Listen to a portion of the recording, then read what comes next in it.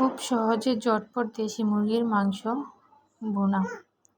খুব সহজ, যে কেউ দেখেই ট্রাই করতে পারবেন। 1 কেজি ওজনের একটি মুরগির মাংস, তার মধ্যে আমরা পরিমাণ করে সব মশলা এক এক করে দিব। 2 চামচ আদা বাটা, 1 চামচ রসুন বাটা, স্বাদ মতো লবণ, 1 চামচ হলুদের গুঁড়া, 2 চা চামচ মরিচের গুঁড়া, 1/2 চা চামচ জিরা গুঁড়া। এখানে মুরগির মাংস রান্নার ক্ষেত্রে একটু আদা বাটাটা একটু বেশি দিলে টেস্টটা বাড়ে। 2টো তেজপাতা, এলাচ, দারচিনি, কিছু কালো জিরা, মেথি, কিছু পেঁয়াজ কুচি।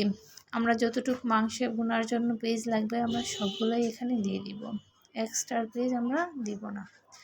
তেল দিয়ে এখন আমরা সবগুলো মশলা সুন্দর করে চটকে নেব। কড়াইতে তেল দিয়ে মাখিয়ে রাখা মাংসগুলো দিয়ে আমরা এটাকে লো হিটে পানি ছাড়াই কষিয়ে নিব।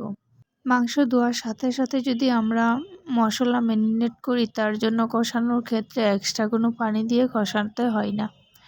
মাংসের গায়ে থেকে অনেক পানি ঝরে, ওইটা দিয়ে আমরা সুন্দর করে লো হিটে কষিয়ে নিতে পারবো।